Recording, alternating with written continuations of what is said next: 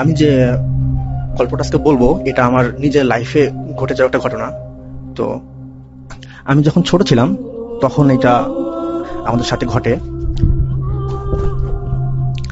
তো ভাই আপনি জানেন যে আমাদের গ্রামে একটা প্রচলন ছিল বা এখনো আছে যে যখন কোনো ফার্স্ট বেবি হয় তো সেটা আসলে ওনার নানা বাড়িতে হয়, তাই না? তো সেক্ষেত্রে আমিও আমার নানা বাড়িতেই জন্মগ্রহণ করি। তো জন্মগ্রহণ করার পর যখন আমার বয়স প্রায় 6 মাস, তো তখন আমার আব্বু আমাকে নিতে আসে নানা বাসায়। তো নিতে আসে উনি প্রায় বিকেল হয়ে গেছে, ঠিক আছে? তো বিকেল হয়ে গেছে, তো আমরা যখন ব্যাক করব তখন প্রায় সন্ধ্যা পার হয়ে যাচ্ছে এই সময়টা। তো ওই সময় আমার নানা ভাই আমাকে বলল যে যেহেতু এখন সন্ধ্যা হয়ে গেছে তো তোমরা আজকে না যাও, তোমার কালকে সকালে যাও, ঠিক আছে? কিন্তু আমার আব্বু যেহেতু একটা কলেজের টিচার, তো উনি বললো কালকে আমার অবশ্যই কলেজে যেতে হবে, তো আমরা আজকেই যাই, ঠিক আছে? তো আব্বু যখন আসে তখন আসার সময় একটা রিক্সা নিয়ে আসে। আর ওই সময় আমাদের রিক্সার একটা ছিল যে রিক্সা যখন নিয়ে আসতো তখন নতুন বউকে আনার জন্য অথবা বাসায় যাওয়ার জন্য একটা পর্দা দেওয়া হতো, শাড়ি দিয়ে পেছনে পর্দা দেওয়া হতো। সেই পর্দা সহ আসছে। তো আমরা সন্ধ্যার পরেই রওনা হয়েছি। তখন আমার বয়স 6 মাস হবে এই সময়টা। তো আমরা যাচ্ছি। তো আমার দাদা বাড়ি থেকে আমার নানা বাড়ির দূরত্ব 10 কিলোমিটার হবে এই ডিস্টেন্সটা।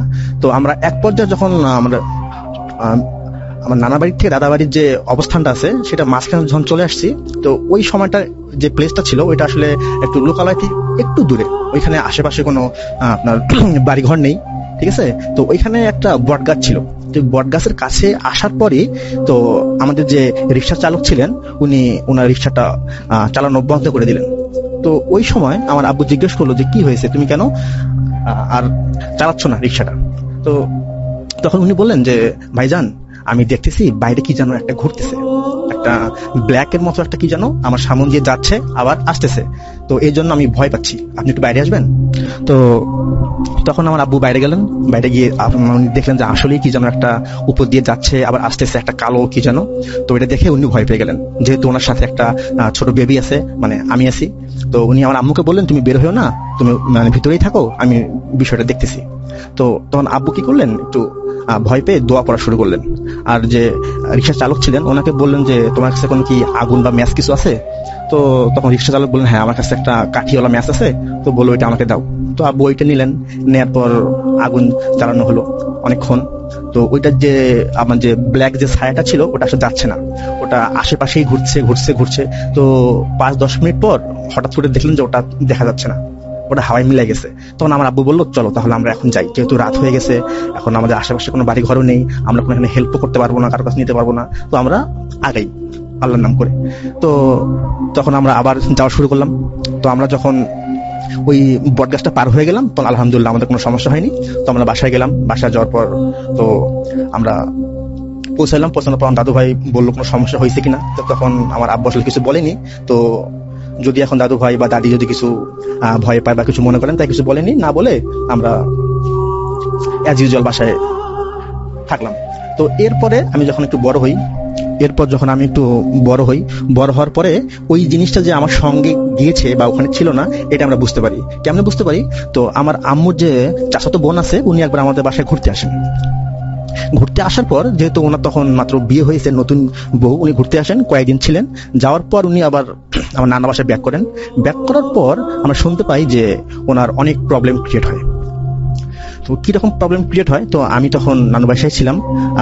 তো আমি গিয়ে দেখি যে মাঝে মধ্যে কোনো কিছু একটা তাকে প্রজেস্ট করার পর ওনার যে নর্মাল বিহেভিয়ারের চেঞ্জ হয়ে যায়। কিরকম চেঞ্জ হয়ে যায়, হঠাৎ একদিন দেখি যে আমার খালা বোন চিল্লাচ্ছে। তো চিল্লাচিল্লি করতেছে, তখন গ্রামের সবাই একদম একত্রিত হয়ে গিয়ে সবাই দেখতেছে যে কি হয়েছে। তখন আমরা কেউ বুঝতে পারিনি যে আসলে উনি কেন করতেছে। অনেকে মনে করতেছে উনি সিক হয়ে গেছে, অনেকে এটা ওটা বলতেছে।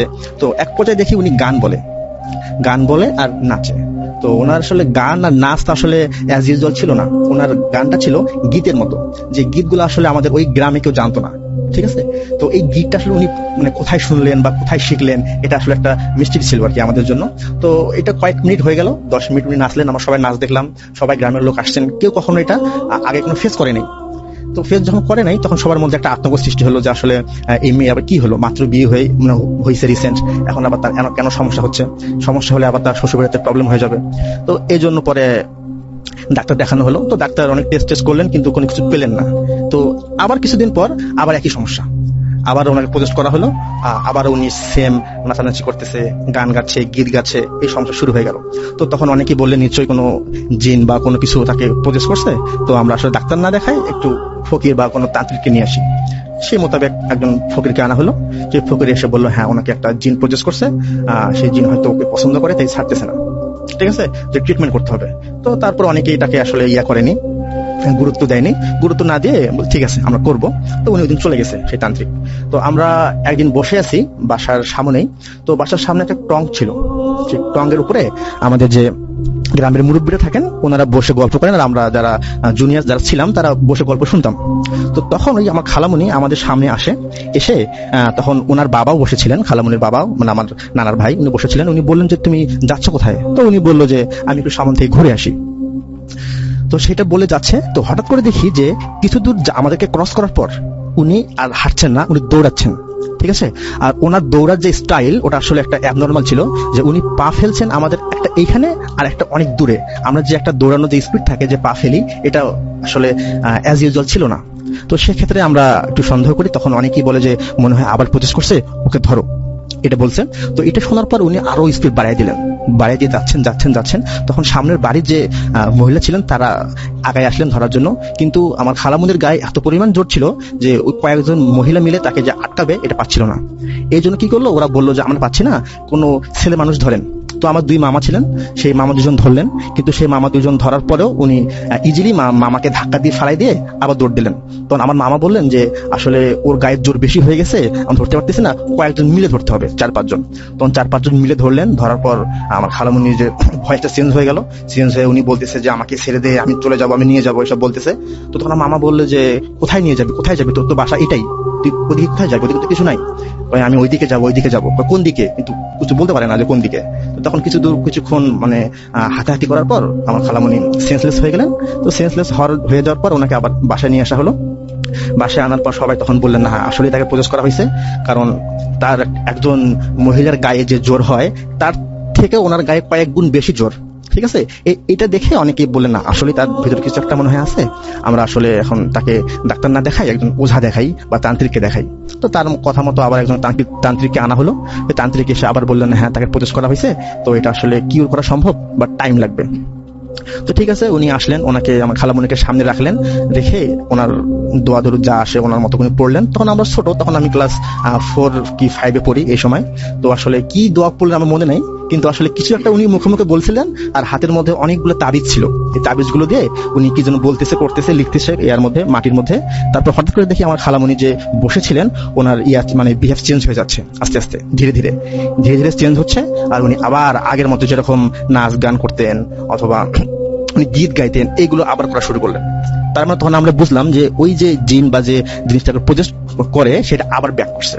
তখন এই তান্ত্রিক বলতেছে যে আমি ওইটাকে আবার ব্যাক করতেছি আপনাদের সবার সামনে, আপনারা দেখেন যে আসলেই প্রজেস্ট করছে কিনা, পরে তখন আপনারা আমাকেই ভুয়া মনে করবেন। তাই আমি ওনাকে আবার নিয়ে আসছি।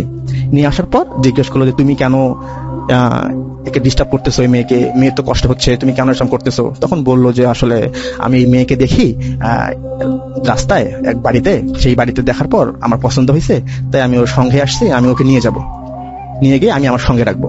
তো তখন তান্ত্রিক বললো না এটা তো ঠিক না, ও তো মানুষ, তুমি তো মানুষ না, তুমি কেন ওকে নিয়ে যাবা?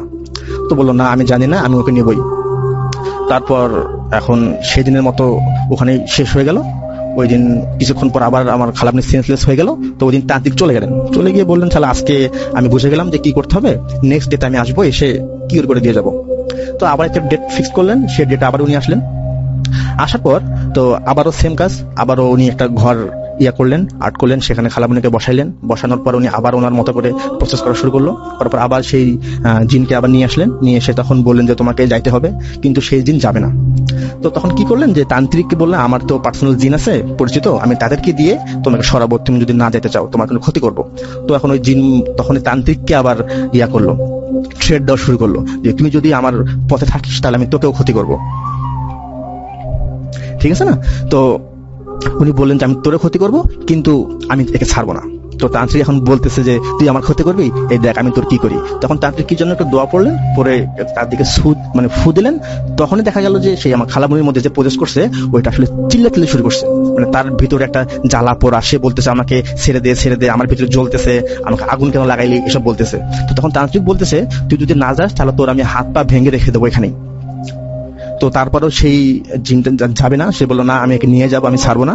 তারপর অনেক দোয়া দুরুদ পড়ার পর, তান্ত্রিক যেভাবে পড়ার পর আসলে খালামুনি আবার সেন্সলেস হয়ে গেল। তারপর ওটা চলে গেল। তো চলে যাওয়ার পর তখন তান্ত্রিক বলে হ্যাঁ আমি ওকে ভাগাই দিছি, আমার যে জিন ছিল সেই জিনটা আসলে ওকে নিয়ে চলে গেছে। তো এখন বললো যে জিন যে নিয়ে চলে গেল, যে আর যা আসবে না, এটা প্রুফ কি, আপনি যে কিউর করলেন এটা আমাদের প্রমাণ দেন। তো তখন আমাদের ওই যে একটা যে গাছের জিনটা ছিল, যেখান থেকে আমার খালামুনিকে দেখতেন বা প্রজেস করতো বা ইয়া করতো, সেই গাছে একটা ইয়া ছিল যে এখান থেকে সাইন দিয়ে চলে যাও, উঁচু গাছে এখন কোনো বাতাস নেই, একটা সাইন দেখাও আমাদেরকে যে আসলে তোমার কাছে জিন আছে বা কি। তখন তান্ত্রিক তার পার্সোনাল জিনকে দিয়ে সেখানে একটা সাইন দেখালেন যে একটা গাছের ডাল অটোমেটিক ভেঙে পড়ে গেল। ঠিক আছে, তো তখন আমরা সবাই বুঝলাম যে হ্যাঁ একটা শক্তপোক্ত ডাল যেটা আসলে কোনো শুকনা না, একদম কাঁচা, সেই ডালটা এমনি তো ভাঙবে না, কোনো বাতাসও নেই। তার মানে বুঝলাম যে আসলে এই তান্ত্রিকের কাছে জিন আছে, সেই জিনটা দিয়েই ওই সে কাজটা করছে। তো তারপর আলহামদুলিল্লাহ খালামুনি ভালো হয়ে গেল, তারপর খালামুনি কিউর হয়ে গেল। কিন্তু যে যে জিনিসটা আমাদের বাড়িতে ছিল, যেটা এখানে আসছে খালামুনির সাথে, সেটা আবার আমাদের বাড়িতে ব্যাক করলো। ব্যাক করার পর তো অনেক দিন পর্যন্ত ওখানেই ছিল, ওখানেই থাকে। আমার দাদু ভাই দেখে, আমার দাদি দেখে। তো আমার যখন দাদি মারা যান 2009 সালে, তখন আশেপাশের পাড়া প্রতিবেশী আসেন, প্রতিবেশীরা সবাই দাদিকে দেখতে আসেন রাতের বেলা, তখন রাত 1টা বাজে। তো দেখতে আসার পর যখন সবাই বাসায় ব্যাক করতে যাচ্ছে, তো তখন দেখে যে আমাদের যে আঙ্গিনা আছে, আঙ্গিনার একটা গাছ আছে, নারকেল গাছ, এই নারকেল গাছ থেকে সাউন্ড আসতেছে, কান্না সাউন্ড। তো তখন সবাই বলতেছে কি ব্যাপার, এই সাউন্ড আসতেছে আমি শুনলাম। তো অনেকেই মনে করছে যেহেতু মারা গেছেন, হয়তো বাসায় কেউ কান্নাকাটি করতেছে, সেটা শুনতেছি। তো তারপরে আবার সবাই ব্যাক করতেছে, তো যেই যাচ্ছে ব্যাক করতেছে, সেই আসতেছে, সেই এই সাউন্ডটা আবার শুনতেছে। তো যখন কয়েকজন শুনে ফেলছে, তখন বুঝতে পারছে যে না, এখানে সামথিং রং, কিছু একটা এখানে আছে। তো যেটা আসলে এখানে ছিল সেটা কষ্ট পাইছে, অথবা কোনো কিছু হয়েছে এদের মধ্যে, সেই জন্য কাঁদতেছে। তো দাদি তখন কবর, মানে তাকে আবার দাফন করা হয়ে গেল। হয়ে যাওয়ার পর আমরা আবার বাড়িতে ব্যাক করলাম। এর কিছুদিন পর আবার আমার দাদু ভাই তখন বাসায় একা হয়ে গেলেন। তখন তাকে আবার সেই জিনটা আবার বিরক্ত করা শুরু করলো। আমার দাদু ভাই যখন রাতে ঘুমায়, তখন উনি আজে বাজে স্বপ্ন দেখে। তারপর হঠাৎ করে দেখে যে আমাদের যে ছাদ আছে, এই ছাদটা আসলে নেই, পুরো আকাশ দেখা যাচ্ছে।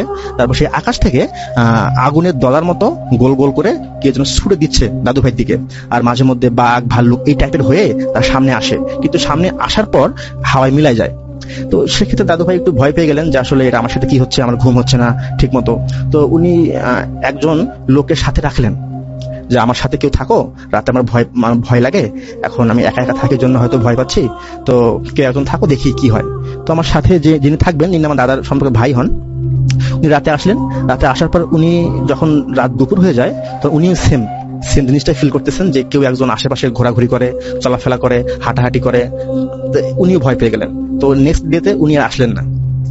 তো আসলেন না, পরে দাদু ভাই আমাদেরকে বললেন যে এরকম আমার সমস্যা হচ্ছে, আমি এই বাসায় থাকবো না, তোমরা আমাকে নিয়ে যাও বা তোমরা এখানে আসো, আমি একা থাকবো না।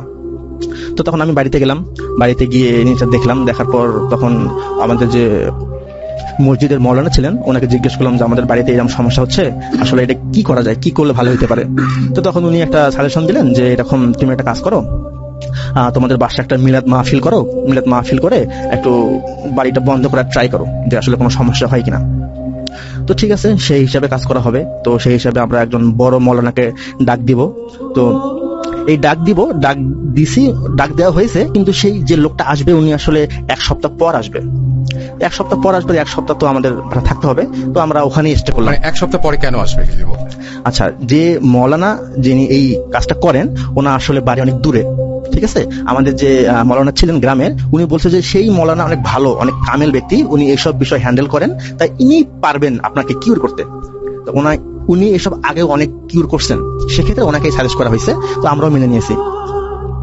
তো এই 1 সপ্তাহের মধ্যে তো আমার বাসার পাশে যে চাচা আছেন, সেই চাচা একদিন রাত 2টার সময় বাইরে থেকে আসতেছেন। আসার সময় আমাদের যে আঙ্গিনা আছে, এই আঙ্গিনা দেখতে পেলেন যে একটা ছাগল ঘুরতেছে। তো এখন উনি বললেন যে এত রাত বাজে 2টা, এত রাতে একটা ছাগল ঘুরতেছে, তো এই ছাগলটা আবার কার মানে গোয়াল থেকে বের হয়ে আসছে। তো ওটা কাজ করি, আমি এটা নিয়ে বাসায় যাই, বাসায় রেখে দেই, কালকে সকালে যার হবে তাকে দিয়ে দেবো, অথবা যদি খুঁজে না পাই আমি রেখে দেবো। সেই হিসেবে তিনি বাসায় নিয়ে যান। বাসায় নিয়ে যাওয়ার পর যখন ভোর হলো, সকাল ঘুম থেকে উঠলেন, ওঠার পর দেখলেন যে আসলে ওই ছাগলটা যেখানে বেঁধে রাখছিলেন সেখানে আর নেই। উনি ঘরে লক করাই ছিল, কিন্তু ছাগলটা ঘরে নেই। তখন উনি ওনার মাকে বললেন যে আমি কালকে রাতে একটা ছাগল পাইছিলাম, সেটা তো আমি এসে বাসায় রেখে দিলাম, তো এটা গেল কোথায়? এটা তো যাওয়ার কথা না, যেহেতু আমি লক করে রাখছি, লক করাই এখনো আছে, আমি মাত্র খুলে ঢুকলাম ওই ঘরে, তাহলে এটা কোথায় গেল? তো তখন ওনার মা বললো তাহলে নিশ্চয়ই এটা ছাগল ছিল না, এটা অন্য কিছু ছিল, যে তোমাকে ভয় দেখানোর জন্য আসছিল, যে রাফিদের বাসায় যে ঝামেলাগুলো হচ্ছে, তাহলে এটা মানে সেটাই একটা সাইন। উনি এটা বললেন। তো তারপরে প্রায় 1 সপ্তাহ হয়ে গেল, আমাদের সেই মদনা সাহেব আসলেন। আসার পর উনি আমাদের ঘরে বসলেন, যে ঘরে দাদু ভাই থাকে ওই ঘরে বসলেন। আমি ছিলাম, আমার দাদু ভাই ছিল, আমার দাদু ভাই ছোট ভাই ছিলেন। আর উনি একজন লোক নিয়ে আসছেন, যে লোকটাকে আমি চিনি না। তো ওই লোকটা নাকি রাশি সামথিং বলছিলাম, আসলে এক্সাক্ট মনে নাই, তুলা রাশি হইতে পারে এরকম। তো উনাকে নাকি প্রজেস্ট করানো হয়। উনি বলছেন যে আমারই নিল, যে বাসায় জিন থাকে আমি তাকে এখানে এনাকে প্রজেস্ট করাই, করানোর পর আমি কথা বলি, কথা বলার পর আমি শুনে দেখি যে আসলে প্রবলেমটা কোথায়, আমি তারপরে চিকিৎসাটা করি। তারপর ঠিক আছে, আপনি আপনার মতো কাজ করেন। তো উনি বললেন আমাকে 2টা চেয়ার দেন। আমার চেয়ার দিলাম, উনি বসলেন। বসে আমি যে তুলারাশি ছিলেন উনি আমার পাশেই বসে আছেন, আর আমি ওনার ডান পাশে, আর বাঁ পাশে ছিল আমার দাদু ভাই, আর উনি ওনার সামনে বসে আছেন। তো সামনে বসে আছেন, তারপর উনি ওনার কাজ শুরু করলেন, উনি ওনার দোয়া দুধ পাঠ করা শুরু করলেন। আর আমাদের যে গ্রামে যে মসজিদ ছিল, মাদ্রাসা ছিল, সেই মাদ্রাসা থেকে 4 জন ছেলে আনতে বলছেন, যারা 5 ওয়াক্ত নামাজ পড়েন। আর 12 থেকে 13টা কোরআন শরীফ কিনতে বলছেন, যে এটা দিয়ে উনি কি যেন একটা করবেন। আগে আমাদেরকে বলে নাই কি করবেন। তো আমরা বাজার থেকে 12 থেকে 13টা পিস কোরআন শরীফ কিনে নিয়ে আসছি, 4 জন ছেলেকে নিয়ে আসছি, নিয়ে এসে রেখে দিছি। আর উনি ওনার যে লোককে নিয়ে আসছেন তুলারাশি, ওনাকে সামনে বসায় রাখছেন। বসায় রাখার পর উনি ওনার দোয়া দুধ পাঠ করা শুরু করে দিলেন। তো আমার একটা কিউরিওসিটি ছিল যে আসলে জিন বা এরকম ভূত যাই হোক, সেটা কেমন আমি আসলে দেখবো আজকে, সেই জন্য আমি ওনার পাশে বসেছিলাম। তো কিছুক্ষণ পর সেই জিনটা আসলো, ওনার উপরে ভর করলো, ভর করার পর সুন্দর করে সালাম দিল, আসসালামু আলাইকুম। তখন সেই লোক সালাম নিলেন, নিয়ে বললো তোমার নাম কি? নাম বললো তোমরা এখানে কে কে থাকো না থাকো সব জিজ্ঞেস করলেন। তো বললো যে আমরা এখানে 7 জন থাকি, আমরা অনেক দিন থেকে এখানে আছি, তো আমাদের এখানে বসবাস হয়ে গেছে, এখানে যেহেতু ফাঁকা বাড়ি কেউ থাকে না, তো আমরা এখানেই থাকি। এখানে একটা বড় আম গাছ আছে, সেই আম গাছের মধ্যে আমরা বাস করি। মাঝে মধ্যে আমাদের যে ঘরগুলো আছে, তো আমাদের মোট 9টা ঘর আছে। এই 9টা ঘরের মধ্যে শুধুমাত্র একটা ঘরে আমার দাদু ভাই থাকে, আর বাকি 8টা ঘর ফাঁকা থাকে, কেউ থাকে না, অনেক দিন থেকে ফাঁকা থাকে। যেহেতু আমার দাদি মারা গেছেন 6 সালে, তো তারপর থেকে কেউ ওখানে থাকে না। তো সবকিছু বললেন। তো আসলে কথাগুলো সব সত্যি, যে আসলেই কেউ থাকে না, উনি বললেন।